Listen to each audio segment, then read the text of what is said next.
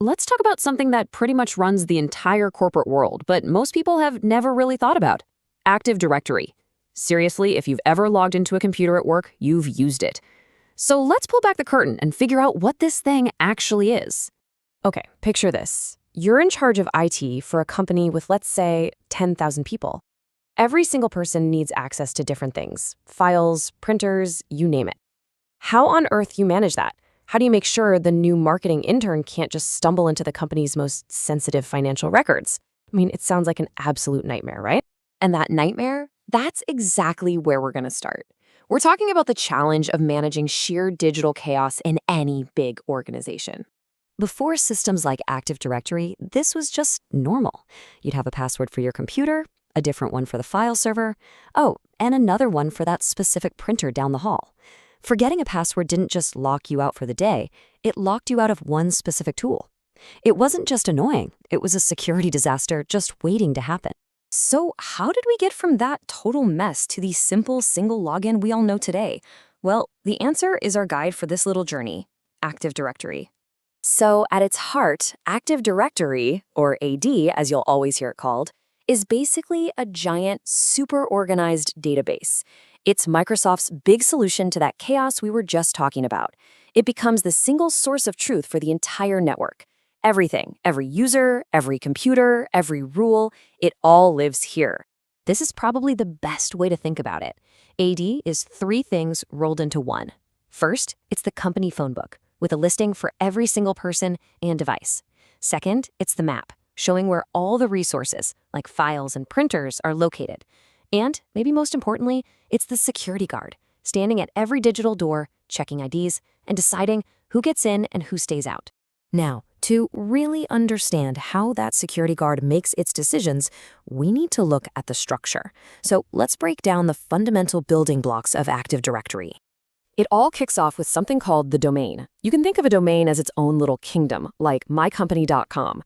Everyone and everything inside that kingdom plays by the same set of rules. Now, let's say you have a subdivision like sales.mycompany.com. That can be its own domain, but it's linked back to the parent, and together they form a tree. Then a whole collection of these trees that all trust each other, that creates the biggest boundary of all, the forest. This whole structure is exactly why it can scale up to handle huge companies. Okay, so inside your domain, you've got to organize things, right? You've got two main ways to do that: organizational units, or OUs, and containers. And here's the part you really need to remember. OUs are an admin's absolute best friend. You can lump all the users from the sales department into a sales OU and then apply specific security rules just to them. Containers, on the other hand, are just sort of default folders. They're not as flexible, and you can't apply policies to them. So for any real day-to-day management, OUs are where it's at. All right, so we've got the structure, the bones, but what's the magic happening in the background that makes it all work? Let's take a look at how it all connects.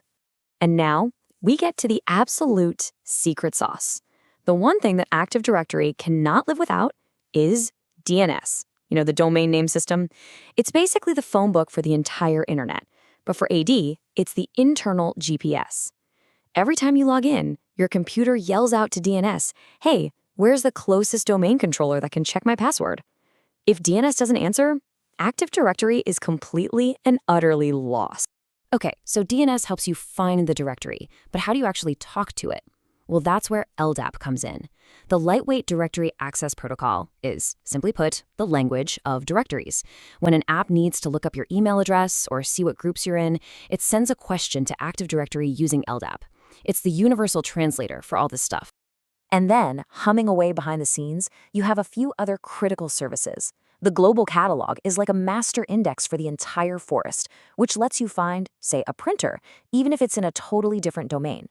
Replication is the constant conversation between all the domain controllers, making sure that when you change your password on one, that change gets copied everywhere else, like instantly.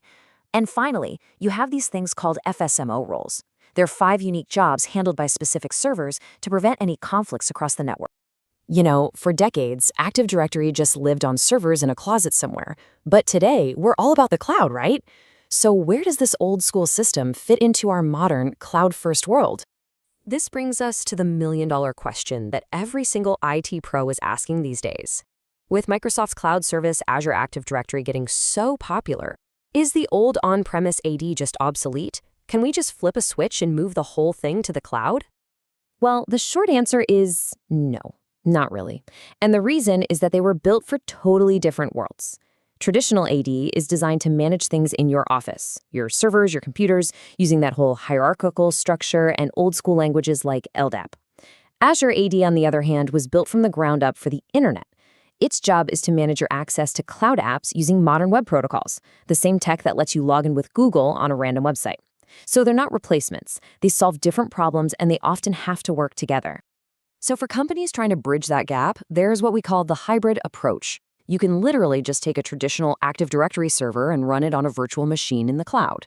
This model, called Infrastructure as a Service, or IaaS, lets you stretch your old on-premise network into the cloud, giving you, in theory, the best of both worlds.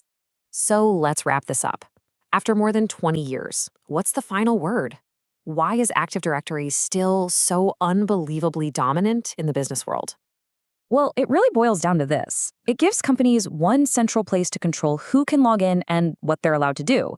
It's what enables single sign-on, so you log in once and get access to everything you need. It makes managing thousands of computers a sane process. And through something called group policy, it lets admins enforce security rules, like requiring complex passwords or blocking USB drives across the entire company. It's scalable, it's reliable, and for a very long time it has just worked. But that brings us to the final, really interesting question. See, Active Directory was built for a world with walls, a secure office network. We don't live in that world anymore.